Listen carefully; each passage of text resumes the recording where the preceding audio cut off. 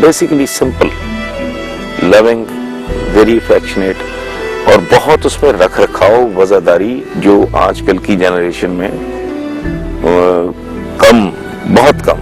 ہماری جنریشن اور ٹائپ کی تھی، چھوٹے بڑے کا بہت زیادہ ہماری تربیت میں شامل ہوتا تھا کہ اپنے سے ذرا بھی بڑا آدمی ہو اگر ایج میں تو وہی کافی ہے اس کے احترام کے لیے. تو یہ چیز عدنان میں کوٹ کوٹ کے بھری ہوئی تھی. اس کی طبع ایسی تھی، اس کی تربیت ایسی تھی، یہ میں نہیں جانتا. لیکن وہ گلدستہ تھا، وہ بہت ساری خوبصورت عادتوں کا، بہت ساری خوبصورت باتوں کا. تو اس کے لیے تو ایک مغفرت کی دعا کرتے ہوئے بندہ سوچتا ہے وہ اتنا سادہ بے لوس، گناہ کا تو خیر پتہ نہیں، سوال ہی نہیں پیدا ہوتا، اور اتنا محنتی، اتنا کمیٹڈ اپنے کام کے ساتھ. تو ایسے شخص کے لیے تو اس کے وہاں لینڈ کرنے سے پہلے ہی جنت کے دروازے کھل جاتے ہوں گے. اللہ اس بچی کو صبر دے. بیٹے کا نام غالباً میں جو ریکال کرتا ہوں نوفل رکھا تھا. تو اللہ ان بچوں کو اپنی امان میں رکھے اور یہ اپنے باپ کی یادگار بن کے بہتر سے بہتر، خوبصورت سے خوبصورت، اعلیٰ سے اعلیٰ زندگی گزاریں اور کنٹریبیوٹ کریں اور اپنا نام بنائیں اپنے باپ اور دادا کی طرح. عدنان شاہد ایک ایسے انسان تھے کہ جن کے جانے کے بعد ان کا ہر شناسہ ان کا قریبی دوست ہونے کا دعویٰ کرتا ہے. ہر شخص کے ساتھ ہمدردانہ رویہ اور ہر شخص کے مسائل کو اپنا جان کر محسوس کرنے والی شخصیت. عدنان شاہد جب رخصت ہوئے تو ان کے ہر دوست کے گھر میں صف ماتم بچھ گئے. بطور استاد انہوں نے بہت کچھ سکھایا، اور یہ ان کی ایک بہت بڑی خوبی تھی کہ چند لمحوں میں وہ صدیوں کا سفر طے کرا دیا کرتے تھے. جتنی میں نے ان سے سیکھا وہ میرے لیے سرمایہ کی حیثیت رکھتا ہے، اور میں سمجھتا ہوں کہ نوجوان نسل کے لیے، آنے والے نئے صحافیوں کے لیے اور صحافت کے طالب علموں کے لیے بھی وہ آئیڈیل کی حیثیت رکھتے ہیں.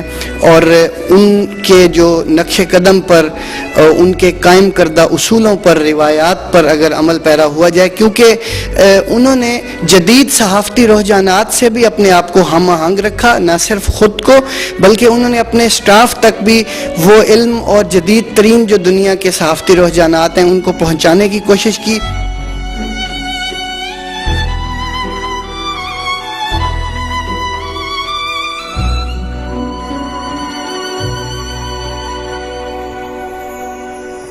سوٹڈ بوٹڈ صوفی بھی تھا وہ شخص ایک، کہ ان کی جو جس قسم کا ایٹیچیوڈ اور جس قسم کا بیہیویئر، اور جیسے ہم نے حضرت قائد اعظم کے بارے میں پڑھا ہے کہ ان پہ فتوے لگائے گئے ہر طرح کے، لیکن ان کو کئی لوگوں نے چھپ کے حضرت موہانی کا آپ کو بھی واقعہ یاد ہے اور دیکھا.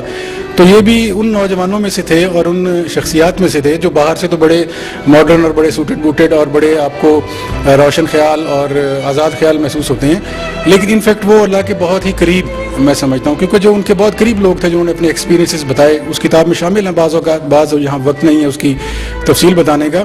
تو یہ ان کی شخصیت کا جو اہم ترین پہلو میں سمجھتا ہوں وہ یہ تھا کہ انہوں نے اس جدید زمانے کے ساتھ چلتے ہوئے، اور جو ان کے اندر ایک صوفی چھپا ہوا تھا اور جو ایک نیک انسان چھپا ہوا تھا، وہ بہت کم آج کل کے نوجوانوں میں دیکھنے میں آتا ہے.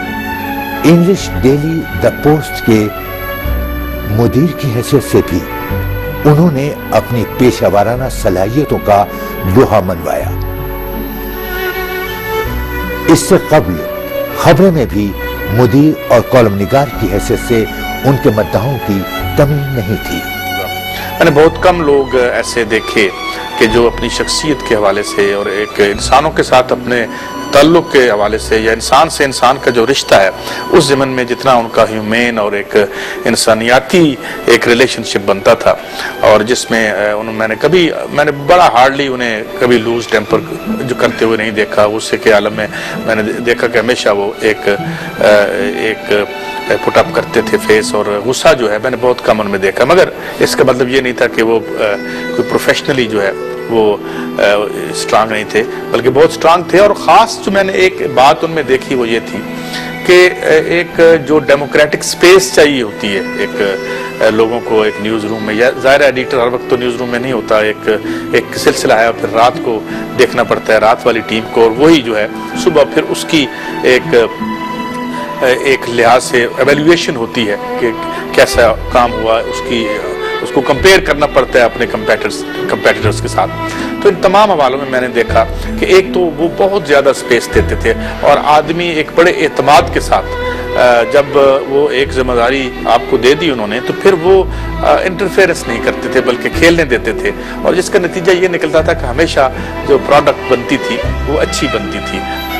किसी भी कारकुन का हुनर और सलाहियत का बेहतरीन इस्तेमाल उनकी पेशावराना सलाहियत, महारत और गहराई का मुंह बोलता सबूत था।